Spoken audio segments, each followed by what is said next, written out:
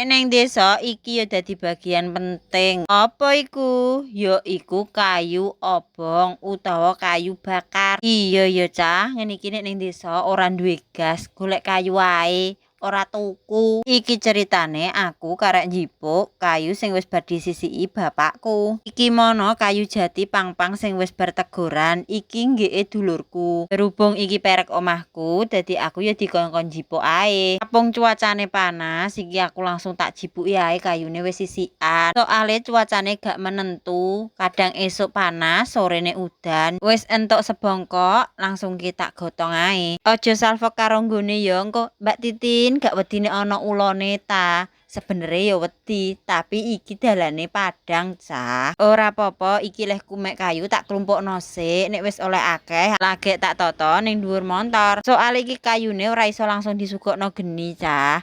Kayune isih teles. Sing cilik-cilik menawa ya mekan nek disugokno, tapi nek sing gedhe-gedhe ngene iki kudune ya nyisiki terus nyigari neh. Iki mumpung prei aku gak mider, ale ning desaku ana kupatan ruahan 2 dina dadine aku gak mider. Prei ya tak njipuki kayu ae. Dadi engko nek pas wayah mider ana sing tak nggo goreng-goreng. Tapi iya, aku bendina nek masak ya nganggo kayu.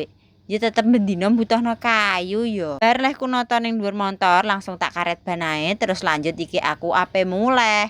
Bocile ora gelem kari, nek ana apa-apa ibuke melok ae. Sebenere jarake ora terlalu adoh, cah, tapi aku nek kon gendong ya ora kuat wong iki barang teles. Wis teko omah ae langsung iki tak dono kabeh kon dhuwur montor. Wis pokoke ndang tak dono satset brak-brek ae wis kesuwen lak ndang gawe liyane. Wis dhisik ya, cah, ketemu meneh ning konten Mbak Litin sing liyane.